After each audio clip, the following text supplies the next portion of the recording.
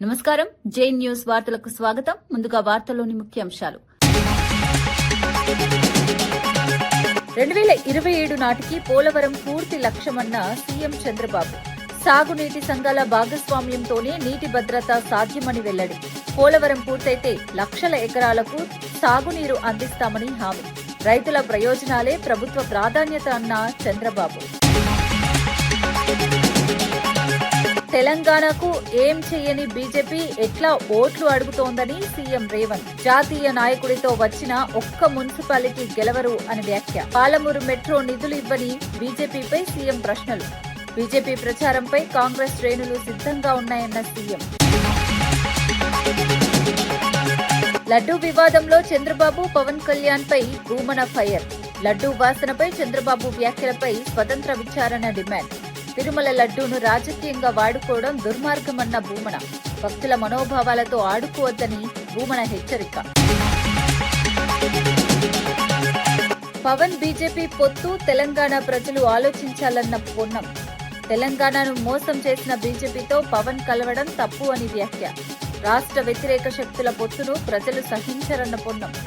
Municipal ఎన్నికల్లో ఈ పొత్తుకు తగిన బుద్ధి చెబుతారని వ్యాఖ్య. గ్రామ్జీ చట్టం పేదల పొట్టలు కొట్టి కాంట్రాక్టర్లకు మేలు చేస్తోందన్న షర్మిల. 125 రోజుల పని మాటలు హాస్యాస్పదమని వైఎస్ షర్మిల ఫైర్. వైఎస్ హయాంలోనే ఉపాధి హామీ సక్రమంగా అమలైందని వ్యాఖ్య. గ్రామ్జీ చట్టానికి చంద్రబాబు, జగన్, పవన్ మద్దతుపై ప్రశ్న. గ్రామ్జీ చట్టం పేదల పొట్టలు కొట్టి కాంట్రాక్టర్లను బతికించే చట్టమని వైఎస్ షర్మిల తీవ్ర విమర్శలు చేశారు. 100 రోజుల ఉపాధి కూడా సరిగ్గా కల్పించలేని కేంద్ర ప్రభుత్వం ఇప్పుడు 125 రోజుల పని ఇస్తామని చెప్పడం హాస్యాస్పదమని అన్నారు. దివంగత ముఖ్యమంత్రి వైఎస్ రాజశేఖర రెడ్డి హయాంలో పని అడిగిన 15 రోజుల్లోనే ఉపాధి కల్పించేవారని గుర్తు చేశారు. అప్పట్లో పని ప్రదేశాల్లో కనీస సౌకర్యాలు, తాగునీరు అందుబాటులో ఉండేదని, ప్రస్తుతం ఆ పరిస్థితి కూడా లేదని ఆవేదన వ్యక్తం చేశారు. విబీజీ రామ్జీ పథకం ద్వారా రాష్ట్రాలపై ఆర్థిక భారం మోపుతున్నారని విమర్శించారు. ఈ పథకానికి చంద్రబాబు, జగన్, పవన్ కళ్యాణ్ ఎందుకు మద్దతు ఇచ్చారని ప్రశ్నించారు. ఉపాధి హామీ పథకాన్ని పునరుద్దరించేలా కేంద్రంపై ఒత్తిడి తేవాలని, ఈ పరిరక్షణ యాత్రలో ప్రతి ఒక్కరూ భాగస్వామ్యులు కావాలని పిలుపునిచ్చారు. ఎవరైనా మాట్లాడుతున్నారా? మన రాష్ట్రంలో జగన్మోహన్ రెడ్డి గారు ఉన్నారు, వైసీపీ నాయకుడు. రాజశేఖర్ రెడ్డి గారు ఇంత అద్భుతంగా చేసి చూపిన పథకం కదా ఉపాధి హామీ పథకం. మరి జగన్మోహన్ రెడ్డి గారు ఏమైనా వ్యతిరేకించి మాట్లాడుతున్నారా? ఎప్పుడైనా కనిపించారా? మాట్లాడినట్టు ఎప్పుడు కనిపించరు. ఎందుకంటే జగన్మోహన్ రెడ్డి గారు బీజేపీని ఎదిరించే సాహసం ఎప్పుడూ చేయరు. కాబట్టి మన రాష్ట్రంలో 3 పెద్ద పార్టీలు ఉంటే, ఒక వైసీపీ, ఒక టీడీపీ, ఒక జనసేన ఉంటే, ముగ్గురు అందరూ కలిసి బీజేపీకే బినామీలుగా తయారయ్యారు, బీజేపీకే బానిసలుగా తయారయ్యారు. అందుకే ఈరోజు కాంగ్రెస్ పార్టీ ప్రజల కోసం నిలబడాలి అని నిర్ణయించుకుంది. అందుకే కాంగ్రెస్ పార్టీ ఉపాధి హామీ పథకాని కోసం కొట్లాడాల్సి వచ్చినా సరే, ఒక ఉద్యమం చేయాల్సి వచ్చినా సరే, ప్రజల పక్షాన నిలబడాలని నిర్ణయించుకుంది, ప్రజల పక్షాన పోరాడాలని నిర్ణయించుకుంది. అందుకే రాజశేఖర రెడ్డి బిడ్డ ఈ రోజు ఈ ఉపాధి హామీ పరిరక్షణ యాత్ర చేస్తుంది. మిమ్మల్ని అందరినీ కూడా చైతన్యపరచడమే ఈ యాత్ర ముఖ్య ఉద్దేశం. మీ అందరూ కూడా మాట్లాడాలి. మీ అందరూ కూడా చెయ్యి కలిపి ఉపాధి హామీ పని పథకం మాకు పాతదే కావాలి అనేటట్టుగా మీ అందరూ కూడా నోరు విప్పుతేనే ఈ పథకానికి అంతో ఇంతో రక్షించుకోగలం. లేకపోతే బీజేపీ పార్టీ ఈ పథకాన్ని మొత్తానికే తీసేయాలనుకుంటుంది. మళ్లీ చెప్తున్నాం, మిమ్మల్ని హెచ్చరిస్తున్నాం. అందరూ కలిసి ఈ పథకాన్ని కాపాడుకోవాల్సిన అవసరం ఉంది. ఇప్పటికే రాష్ట్రంలో ఎన్నో సమస్యలున్నాయి. బిడ్డలకు ఉద్యోగాలు రావటం లేదు, ప్రత్యేక హోదా ఇవ్వటం లేదు బీజేపీ పార్టీ. వీళ్ళెవ్వరూ వైసీపీ గాని, టీడీపీ గాని, జనసేన గాని ఎవ్వరూ అరగటం లేదు. మన రాజధానికి కావాల్సిన నిధులైతే అప్పులిస్తున్నారు. పోలవరం ప్రాజెక్టు ఎత్తు తగ్గిస్తున్నారు. అదొక గ్రావిటీ బేస్డ్ ప్రాజెక్ట్ కాకుండా ఒక లిఫ్ట్ ఇరిగేషన్ ప్రాజెక్ట్ గా తయారు చేస్తున్నారు. ఇన్ని సమస్యలు ఉండి కూడా ఒక్కరు కూడా మాట్లాడడం లేదు. కాబట్టే ఈ రోజు రాజశేఖర్ రెడ్డి బిడ్డ ప్రజల తరపున మీ దగ్గరకు వచ్చింది. వీటన్నిటి కోసం కొట్లాడాలి. కానీ ఇవన్నీ చేయాలి అంటే మీ సహకారం కూడా కాంగ్రెస్ పార్టీకి అవసరం. మీ అందరూ కాంగ్రెస్ పార్టీని ఆదరించండి. రాహుల్ గాంధీ ప్రధానమంత్రి అయినాక మనకు ప్రత్యేక హోదా 10 సంవత్సరాలు ఇస్తారని మీకు వాగ్దానం చేసి చెప్తున్నాం. మన రాష్ట్రం బాగుపడాలి అంటే చిత్తశుద్ధి ఉన్న నాయకుడు ప్రధానమంత్రి అయితేనే మన రాష్ట్రం బాగుపడుతుంది. చంద్రబాబు నాయుడు, పవన్ కళ్యాణ్ చేసిన వ్యాఖ్యలపై టీటీడీ మాజీ చైర్మన్ భూమన కరుణాకర్ రెడ్డి తీవ్రంగా స్పందించారు. వైసీపీ హయాంలో ప్రీమియర్ డైరీ లడ్డూ నెయ్యిని 351కి సరఫరా చేస్తే చంద్రబాబు హయాంలో అదే సంస్థ 270కే సరఫరా చేసిందని గుర్తు చేశారు. 2018లోనే బోలేబాబా కంపెనీని తీసుకొచ్చింది చంద్రబాబేనని ఆరోపించారు. లడ్డూ వాసన చూసి భక్తులు తగ్గిపోయారని చంద్రబాబు చేసిన వ్యాఖ్యలను తీవ్రంగా ఖండించారు. ఆ మాటపై నిలబడి స్వతంత్ర విచారణ చేయించే దమ్ము చంద్రబాబుకు ఉందా అని ప్రశ్నించారు. తిరుమల లడ్డూ అంశాన్ని రాజకీయంగా వాడుకోవడం తగదని, కోట్లాది భక్తుల మనోభావాలతో ఆడుకోవడం దుర్మార్గమని మండిపడ్డారు. ఈ వ్యాఖ్యలు తిరుమల లడ్డూ వివాదాన్ని మరింత వేడెక్కించాయి. ఆయన అంటున్నాడు పవన్ కళ్యాణ్, నువ్వుల నూనె ఇంత ధరకు వస్తుంది, నెయ్యి 350 రూపాయలకి ఎట్లా వస్తూ ఉంది అని. పవన్ కళ్యాణ్ గారు మీ చంద్రబాబు గారి హయాంలో ఈ ప్రీమియర్ డైరీ 271 రూపాయలకే సరఫరా చేసింది. మా హయాంలో 351 రూపాయల కన్నా సరఫరా చేసినారు. నీ హయాంలో 271 రూపాయలకే సరఫరా చేసింది అన్న విషయాన్ని గుర్తు చేస్తున్నా. ఏదో బోలే బాబాను మేమే తెప్పించినట్టు మళ్ళీ మాట్లాడుతుంది. అదే అబద్ధం. ఈరోజు బోలే బాబాను తెప్పించింది చంద్రబాబు గారే. 2018లోనే చంద్రబాబు గారు ఇంకొక మాట అన్నాడు. ఆయన కొండకు పోయితే భక్తులంతా కూడా బాధతో లడ్డు వాసన చూసి భరించలేక అసలు భక్తులు వచ్చేదే తగ్గిపోయినారు కొండకు గత 5 సంవత్సరాలలో అన్నారు. ఈ మాట మీద చంద్రబాబు నిలబడి విచారణ చేయించాల. ఆ 5 సంవత్సరాలలో నిజంగా భక్తుల సంఖ్య తగ్గిందా అన్నటువంటి విషయం మీద విచారణ చేయించే దమ్ముందా చంద్రబాబు నాయుడు గారికి అని అడుగుతున్నా నేను. తెలంగాణ మున్సిపల్ ఎన్నికల్లో పవన్ కళ్యాణ్ తో బీజేపీ పొత్తును మంత్రి పొన్నం ప్రభాకర్ తీవ్రంగా వ్యతిరేకించారు. తెలంగాణను అవమానించేలా మాట్లాడిన పవన్ కళ్యాణ్ తో నిధులివ్వకుండా రాష్ట్రాన్ని మోసం చేసిన బీజేపీ కలిసి రావడంపై ప్రజలు ఆలోచించాలని కోరారు. తెలంగాణ ప్రయోజనాలకు వ్యతిరేకంగా వ్యవహరించిన ఈ 2 పార్టీలు కలిసి రాజకీయ లబ్ధి పొందాలని చూస్తున్నాయని విమర్శించారు. రాష్ట్ర అభివృద్ధికి ఎలాంటి సహకారం అందించని బీజేపీ పవన్ కళ్యాణ్ కలిసి ప్రజలను మభ్యపెట్టే ప్రయత్నం చేస్తున్నాయని ఆరోపించారు.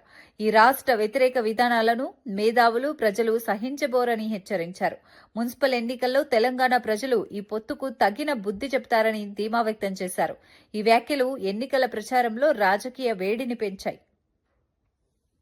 ఈ రోజు తెలంగాణ మీద విషం చల్లుతున్నటువంటి పవన్ కళ్యాణ్ తోటి ఎలా తెలంగాణలో బీజేపీ పొత్తు పెట్టుకొని ప్రజల దగ్గరికి వస్తా ఉన్నది. స్వయంగా తెలంగాణ వ్యతిరేకించేటువంటి విధంగా భారతీయ జనతా పార్టీ అవలంబిస్తూ తెలంగాణకు నిధులు ఇవ్వకుండా తెలంగాణ కళ్ళు పడితే ఆంధ్ర కొబ్బరి చెట్లు ఎండిపోతున్నాయి అనేటువంటి పరిస్థితులలో ఆయన కొండగట్టుకు వస్తే ఉప ముఖ్యమంత్రిగా స్వాగతం చెప్తాం, మనం కూడా తిరుపతికి వెళ్తాం. కానీ తెలంగాణ ప్రజలను అవమానపరిస్తే, తెలంగాణ ఏర్పాటు పట్ల వివక్షపూరితంగా మాట్లాడితే ఎవరు చూస్తూ ఊరుకోరు. అటువంటి వ్యక్తులతోటి పొత్తు పెట్టుకున్న భారతీయ జనతా పార్టీ పట్ల తెలంగాణ ఉద్యమకారులు, తెలంగాణ ప్రజలు ఆలోచన చేయాలని సందర్భంగా కోరుతూ, బీజేపీ నాయకులు మున్సిపల్ ఎన్నికల ప్రచారానికి భాజపా జాతీయ అధ్యక్షుడిని తీసుకొచ్చారని సీఎం రేవంత్ రెడ్డి విమర్శించారు. పాలమూరు రంగారెడ్డి ప్రాజెక్టుకు జాతీయ హోదా ఇవ్వలేదని, హైదరాబాద్ మెట్రోకు నిధులివ్వలేదని గుర్తు చేశారు. మూసీ నది అభివృద్ధికి నిధులివ్వకపోయినా, రీజనల్ రింగ్ రోడ్డు పూర్తి చేయకపోయినా ఇప్పుడు జాతీయ నాయకుడిని ఎందుకు తీసుకొచ్చారని ప్రశ్నించారు. తెలంగాణకు ఏం చేయని బీజేపీ ప్రజలను ఎలా ఓట్లు అడుగుతోందని విమర్శించారు. దేశంలోని భాజపా అగ్రనేతలందరినీ ప్రచారానికి తీసుకొచ్చినా ఒక్క మున్సిపాలిటీ కూడా గెలవకుండా కాంగ్రెస్ కార్యకర్తలు చూసుకుంటారని ధీమా వ్యక్తం చేశారు. ఈ వ్యాఖ్యలు ఎన్నికల ప్రచారంలో హాట్ టాపిక్ గా మారాయి. 2 సంవత్సరాలు పూర్తి చేసుకున్న సందర్భంగా మున్సిపల్ ఎన్నికలు వచ్చినాయి. ఈ మున్సిపల్ ఎన్నికల సందర్భంగా నిన్న ఒక ఆయన ఢిల్లీ నుంచి వచ్చిండు. లావు మనగాడు లడాయికి పోతేనంట వెనకాల 3 నూకుడు మనగాళ్ళు వచ్చిరట. భారతీయ జనతా పార్టీ అధ్యక్షుడు, జాతీయ అధ్యక్షుడు నిన్న పాలమూరుకు వచ్చిండు. ఆయన వెనకాల కిషన్ రెడ్డి, బండి సంజయ్, డీకే అరుణ గారు ఆయన వెనకాల పోయారు. మరి నేను అడుగుతున్నా, ఈరోజు కిషన్ రెడ్డి గారిని, బండి సంజయ్ గారిని, డీకే అరుణమ్మ గారిని మీ జాతీయ అధ్యక్షుడిని తీసుకొచ్చింది కదా, మాకేం అభ్యంతరం లేదు. మోడీ గారిని, అమిత్ షా గారిని, మీ నాయకులు ఎంతమంది ఉన్నారో ఢిల్లీ మొత్తం, దేశం మొత్తం ఉన్నోళ్ళ అందరినీ తెలంగాణ రాష్ట్రంలో మున్సిపల్ ఎన్నికలలో ప్రచారానికి తీసుకురండి. ఒక్క మున్సిపాలిటీ అయినా మీరు గెలుస్తారేమో మా కాంగ్రెస్ పార్టీ కార్యకర్తలు చూసుకుంటారు. మా కాంగ్రెస్ పార్టీ కార్యకర్తల సత్తా ఏందో ఇవాళ బీజేపీ వాళ్ళకు చూపిస్తారు. నేను అడగదలుచుకున్న బీజేపీ జాతీయ అధ్యక్షుని 2014లో నరేంద్ర మోడీ గారు మా మహబూబ్నగర్ జిల్లాకు వచ్చినప్పుడు పాలమూరు రంగారెడ్డి ఎత్తిపోతల పథకాన్ని జాతీయ ప్రాజెక్టుగా చేస్తాము అని అన్నాడు. 3 సార్లు మోడీ గారు ప్రధానమంత్రి అయ్యాడు. 12 సంవత్సరాలు బీజేపీ అధికారంలో ఉంది. మీకు చేతులు రాలేదా? పాలమూరు రంగారెడ్డి ఎత్తిపోతల పథకాన్ని జాతీయ ప్రాజెక్టుగా ప్రకటించాలన్న ఆలోచన గాని మీకు దేవుడు ఇవ్వలేదా అని నేను అడుగుతున్నా. మెట్రో రైలు ఇవ్వలేదు, మూసీకి నిధులు ఇవ్వలేదు, రీజనల్ రింగ్ రోడ్డు పూర్తి చేస్తామని చెప్పలేదు. మరి ఏమి ఇవ్వడానికి మీ జాతీయ అధ్యక్షుడిని తీసుకొచ్చిరని నేను అడుగుతున్నా. ఎన్నికల సందర్భంగా మా పొన్నం ప్రభాకర్ గారు చెప్పిండ్రు, బీజేపీ ఏమిచ్చిందా అంటే గాడిద గుడ్డిచ్చిందని పార్లమెంట్ ఎన్నికల్లో చెప్పిండ్రు. పవన్ కళ్యాణ్ వ్యాఖ్యలపై వైసీపీ నేత పేర్ని నాని తీవ్ర స్థాయిలో విమర్శలు చేశారు. దేవుడు లేడు, భక్తి లేదు అని మాట్లాడిన వ్యక్తి ఇప్పుడు కోటింగ్ ఇవ్వగానే దేవుడిపై భక్తి చూపిస్తున్నాడని వ్యంగ్యంగా వ్యాఖ్యానించారు. మరో ఎంపీని ఉద్దేశించి ఫారెన్లో ఎంపీవా, ఆంధ్రాలో ఎంపీవా అంటూ పవన్ కళ్యాణ్ క్లాస్ స్పీకర్ అని గుర్తు చేశారు. ఒకే వ్యక్తి పరిస్థితులను బట్టి మాటలు మార్చడం సరికాదని మండిపడ్డారు. మతం, భక్తి అంశాలను రాజకీయ లబ్ధి కోసం వాడుకోవటం తగదని అన్నారు. ప్రజలు ఈ ద్వంద్వ వైఖరిని గమనిస్తున్నారని పేర్కొన్నారు. పవన్ కళ్యాణ్ మాటలు, చర్యల మధ్య పొంతన లేదని పేర్ని నాని ఆరోపించారు. నా ఉద్దేశంలో, నా నమ్మకంలో దేవుడు లేడు. అందుకే నేను దేవుడిని కూడా ఏమన్నాం, తిట్టను, ప్రశ్నించను, ఏమన్నాం, విమర్శించను. ఎందుకని? లేని అతని గురించి మనం ఎందుకు మాట్లాడటం అని మాట్లాడినటువంటి ఆయన నిన్న తమ్ముడు కోటింగ్ ఇవ్వగానే బయటకు వచ్చి మనకు చంద్రబాబు నాయుడు వేసే బిచ్చం పదవులు కావాలి కానీ ఆయన కాసుకోవద్దాం మనం అని చెప్పి అందరిని full left and right batting ఎమకొట్టుడు కొట్టాడని చెప్తున్నారు. అన్నయ్యని, మంత్రుల్ని, ఎమ్మెల్యేలని, ఎంపీలని. ఒక ఎంపీని అయితే నువ్వు ఎప్పుడు పాలనలో ఏడుస్తావేంటి, నువ్వు ఇక్కడ ఆంధ్రాలో గెలిపించారా, పాలనలో గెలిపించారా?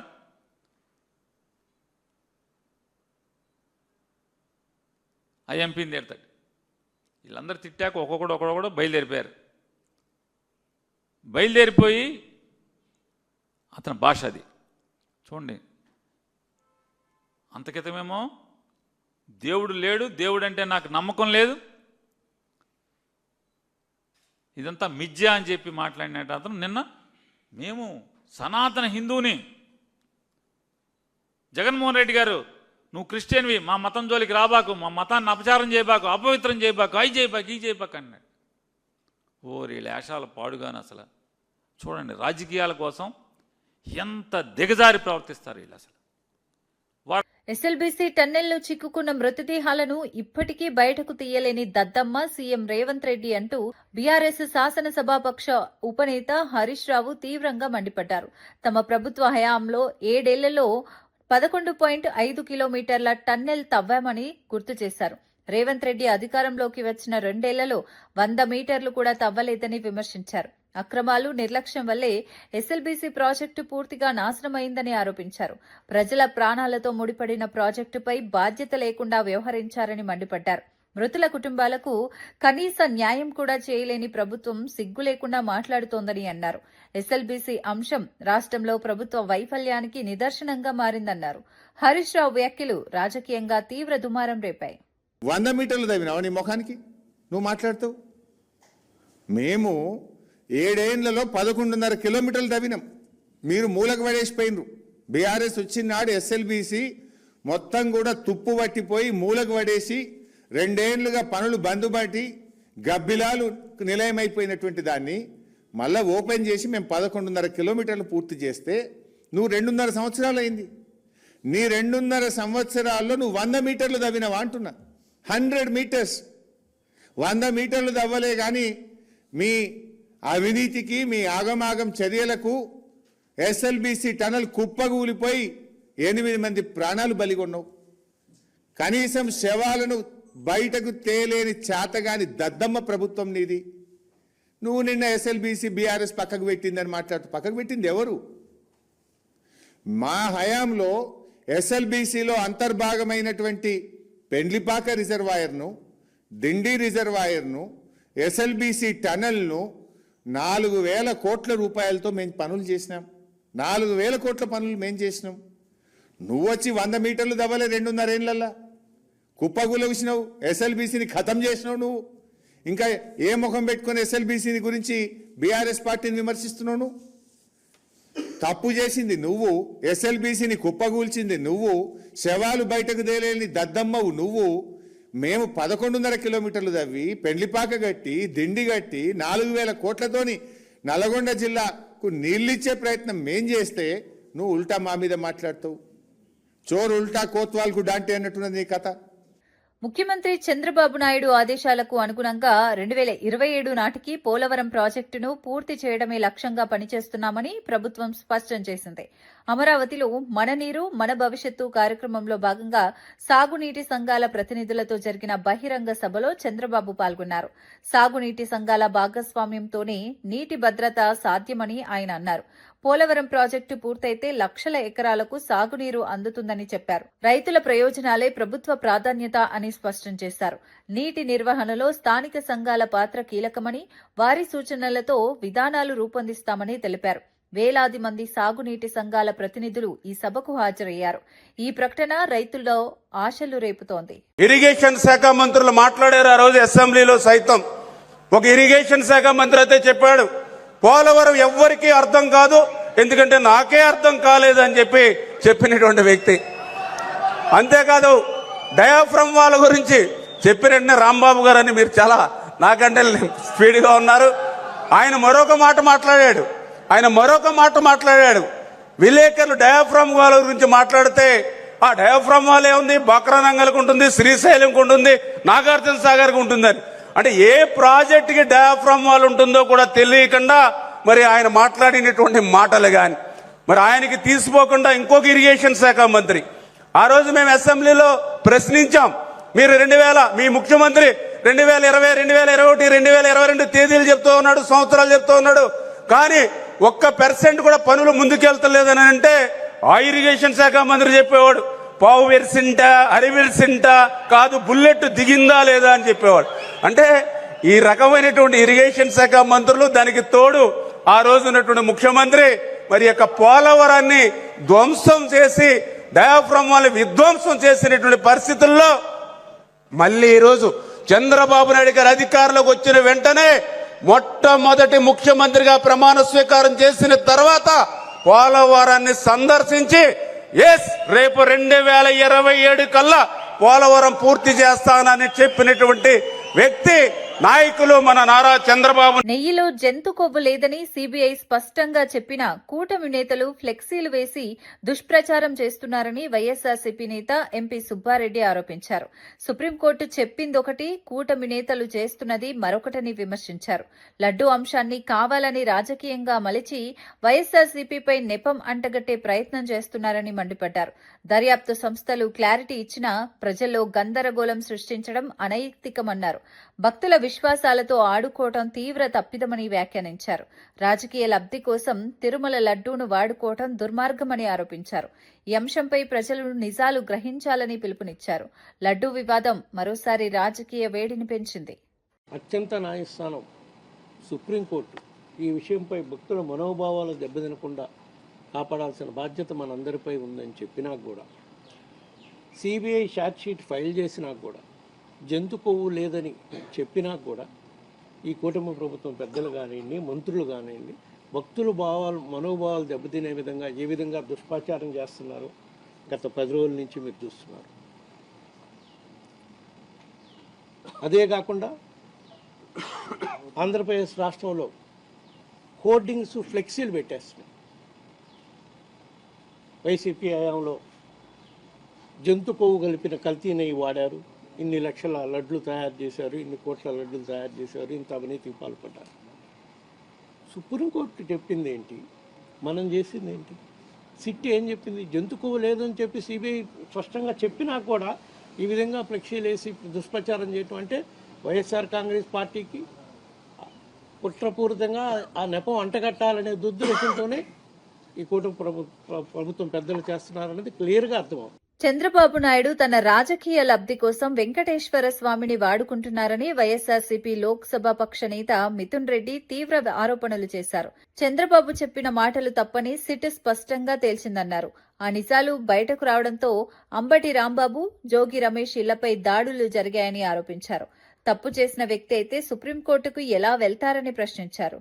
సత్యశోధన పరీక్షకు సిద్ధమని చెప్పినా వారు ఇప్పుడు మాట మార్చారని విమర్శించారు. సుబ్బారెడ్డి వెంకటేశ్వర స్వామి పరమ భక్తుడని, ఆయనపై ఆరోపణలు చేయటం దుర్మార్గమన్నారు. రాజకీయ ఆరోపణలు చేయటం చంద్రబాబుకు పరిపాటిగా మారిందని మండిపడ్డారు. ఈ వ్యాఖ్యలు తిరుమల అంశాన్ని మరింత రాజకీయంగా మార్చాయి.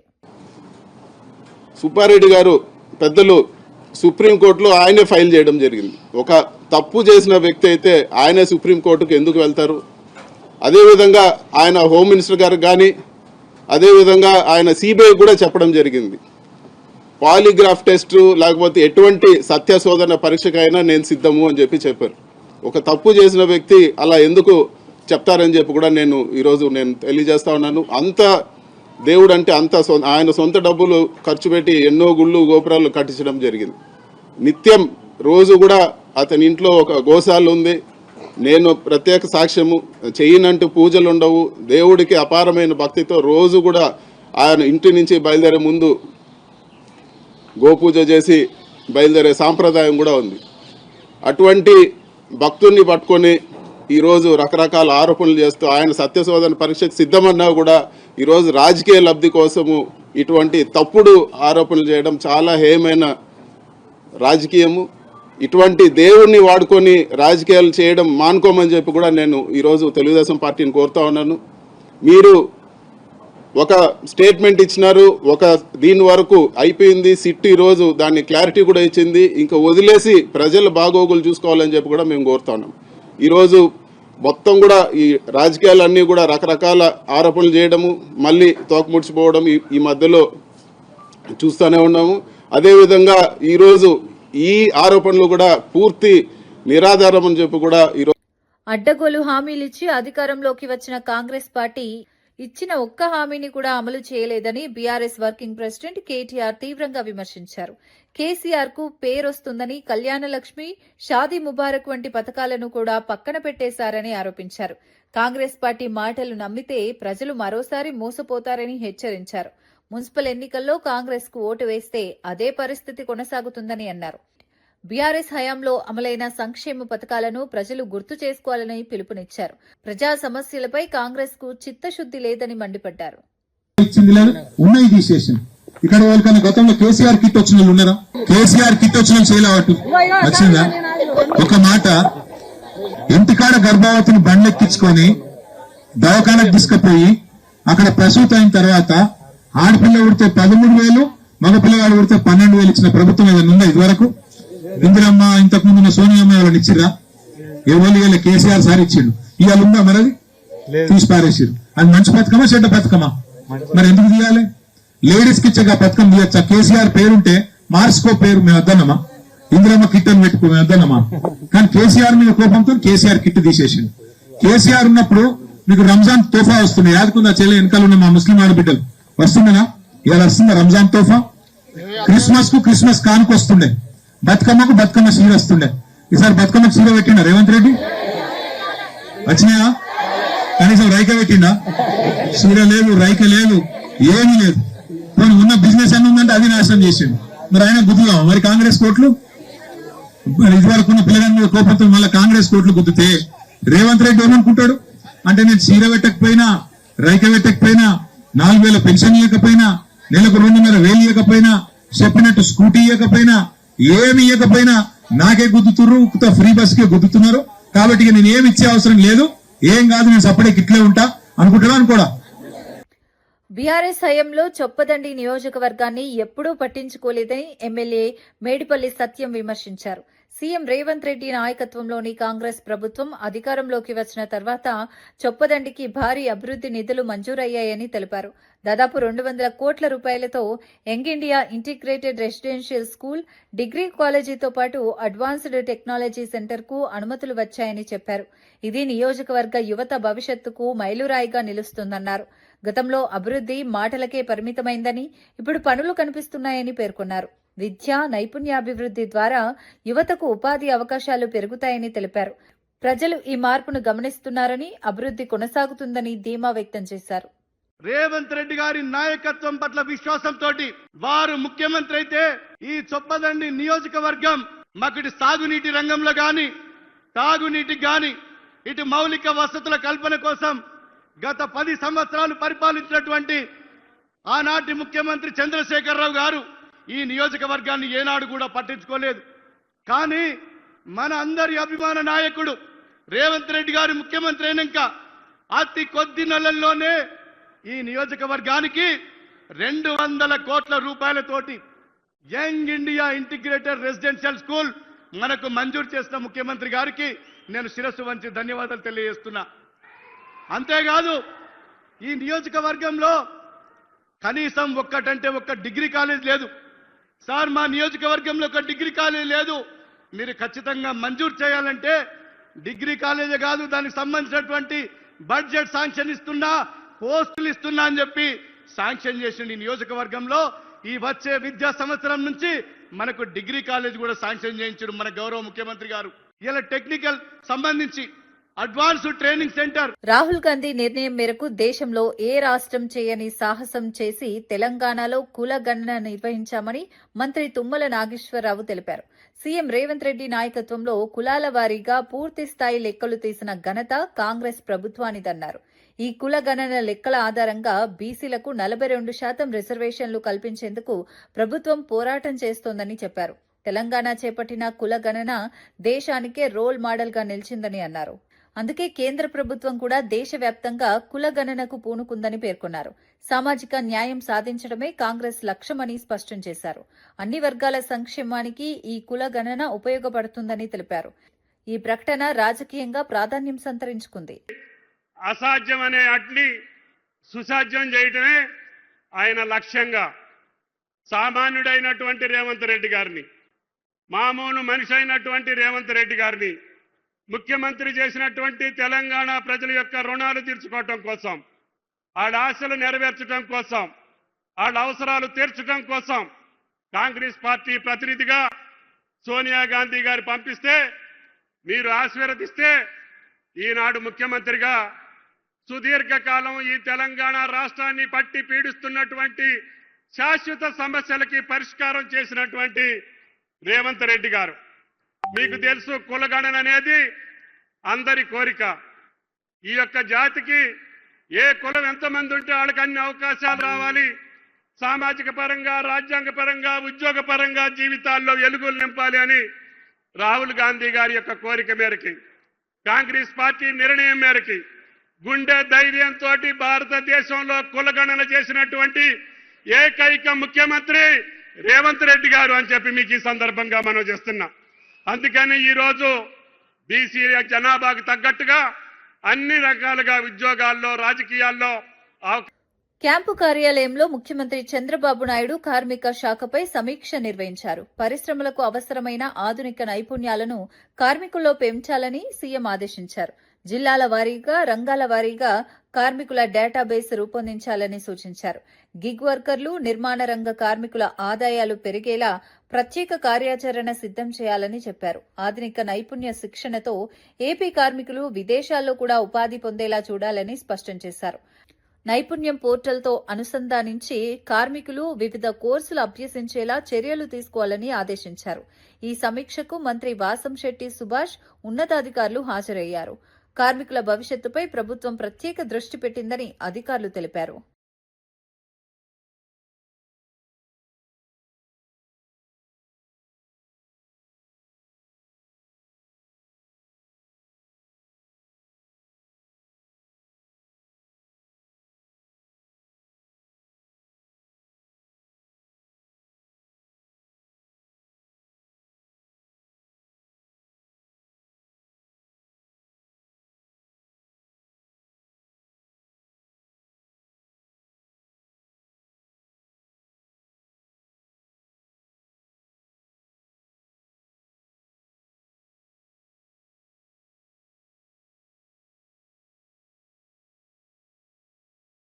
కోనసీమ జిల్లా రాజోలులో జనసేన పార్టీలో అంతర్గత కలహాలు బయటపడ్డాయి.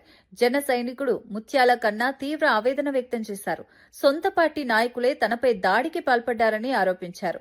జనసేన ఎమ్మెల్యే దేవ వరప్రసాద్పై తీవ్ర అసంతృప్తి వ్యక్తం చేస్తూ గూండాలు, రౌడీలను పక్కన పెట్టుకుని ఎందుకు తిరుగుతున్నారని ప్రశ్నించారు. పార్టీ సిద్ధాంతాలకు విరుద్ధంగా వ్యవహరిస్తున్నారని మండిపడ్డారు. ఎమ్మెల్యే ద్వంద్వ వైఖరి వల్లే పార్టీలో గొడవలు జరుగుతున్నాయని ఆరోపించారు. పార్టీ కోసం పనిచేసిన కార్యకర్తలకు రక్షణ లేకుండా పోయిందని వాపోయారు. ఇదేనా మనకు పవన్ కళ్యాణ్ గారు చెప్పిన సిద్ధాంతాలు? కులాలన్నీ కలుపుకుని వెళ్ళమన్నారు. ఇప్పుడు ఇప్పుడు జనసేనకి బలమైన కులం కాపు సామాజిక వర్గం కొమ్ము కాస్తూ ఉంటది ఇక్కడ రాజోలు నియోజకవర్గం. అటువంటి కాపులకి దిక్కు లేకపోతే రేపు వేరే క్యాస్ట్ల నుంచి ఈ పార్టీకి ఎవరు వస్తారు? ఇదేనా పార్టీని బలపరుచుకునేది? నేను గ్రామంలో ఎప్పుడు కూడా ఎటువంటి పదవి ఆశించకుండా పార్టీ కోసం పనిచేస్తూ ఉన్నాను. ఎన్నో అభివృద్ధి కార్యక్రమాలను ఎమ్మెల్యే గారి దృష్టికి తీసుకెళ్లి అవి జరిగే విధంగా మేము పోరాటం చేస్తుంటే పార్టీకి ఎంతో బలాన్ని తీసుకుంటే మాలాంటి వాళ్ళని చూసి ఓర్చలేక ఎమ్మెల్యే గారి క్యాంప్ ఆఫీస్ నుండే నాయకులందరి ముందు కలిపి రావురి నాగు, దిరిశాల బాలాజీ నా మీద హత్యాయత్నం చేయడం, దీన్ని ఎమ్మెల్యే గారు ఎటువంటి చర్య తీసుకోవడం, ఇప్పటివరకు పార్టీని సస్పెండ్ కూడా చేయకపోవడం, అలాగే ఎఫ్ఐఆర్ కూడా ఫైల్ చేయకపోవడం నాకు చాలా విచారకరంగా ఉంది. దీని మీద తక్షణమే పోలీసు వారు కూడా ఎఫ్ఐఆర్ ఫైల్ చేయాలని, అలాగే మీడియా మిత్రులు, నా తోటి జన సైనికుల్ని, వీర మహిళల్ని, నాయకుల్ని కోరేది ఒకటే, వీళ్ళిద్దరూ ఈ రాజోలు నియోజకవర్గంలో ఎటువంటి దాష్టికానికి పాల్పడుతున్నారు. ఫోక్సో కేసుల్లో కూడా నిందితులుగా ఉన్నారు వీళ్ళిద్దరికీ కూడా మీరు అండగా నిలబడవద్దు. నాలాంటి సైనికులకి, జన సైనికులకి, వీర మహిళలకి మీరు తోడుగా ఉండాలని ఈ రోజు నా మీద జరిగింది. గత కొన్ని సంవత్సరాలుగా ఒక 4-5 మీద అంతర్వేదిలో వెళ్ళి కొట్టేయడం జరిగింది. నంద్యాల సూర్యప్రకాష్ అని అతన్ని కొట్టేశారు వీళ్ళు. అలాగే అడ్డగల బంగారాజు అనే ఇంటి మీదకి వెళ్ళి కొట్టారు. అలాగే ఇక్కడికి వచ్చే వీర మహిళల మీద కూడా ఇలా దురుసు ప్రవర్తన చూస్తున్నారు. మొట్టమొదటిసారి రాజోలు నియోజకవర్గం నుంచి జనసేన పార్టీకి ఎమ్మెల్యేగా ఇక్కడ గెలిపిస్తే, ఒక సీట్ని ఇస్తే మాకు జరిగే మర్యాదలు ఇక్కడ ఇవి. దీని మీద పార్టీ ఆఫీస్ కూడా, జనసేన పార్టీ ఆఫీస్ కూడా తక్షణమే స్పందించాలి. అలాగే నాకు సహకరిస్తున్నట్టు మీడియా వారు. వార్తలు ముగించే ముందు ముఖ్యాంశాలు మరోసారి. 2027 నాటికి పోలవరం పూర్తి లక్ష్యమన్న సీఎం చంద్రబాబు. సాగునీటి సంఘాల భాగస్వామ్యంతోనే నీటి భద్రత సాధ్యమని వెల్లడి. పోలవరం పూర్తయితే లక్షల ఎకరాలకు సాగునీరు అందిస్తామని హామీ. రైతుల ప్రయోజనాలే ప్రభుత్వ ప్రాధాన్యత అన్న చంద్రబాబు. తెలంగాణకు ఏం చేయని బీజేపీ ఎట్లా ఓట్లు అడుగుతోందని సీఎం రేవంత్. జాతీయ నాయకుడితో వచ్చిన ఒక్క మున్సిపాలిటీ గెలవరు అని వ్యాఖ్య. పాలమూరు మెట్రో నిధులు ఇవ్వని బీజేపీపై సీఎం ప్రశ్నలు. బీజేపీ ప్రచారంపై కాంగ్రెస్ శ్రేణులు సిద్ధంగా ఉన్నాయన్న సీఎం. లడ్డూ వివాదంలో చంద్రబాబు, పవన్ కళ్యాణ్ పై భూమన ఫైర్. లడ్డూ వాసనపై చంద్రబాబు వ్యాఖ్యలపై స్వతంత్ర విచారణ డిమాండ్. తిరుమల లడ్డూను రాజకీయంగా వాడుకోవడం దుర్మార్గమన్న భూమన. భక్తుల మనోభావాలతో ఆడుకోవద్దని భూమన హెచ్చరిక.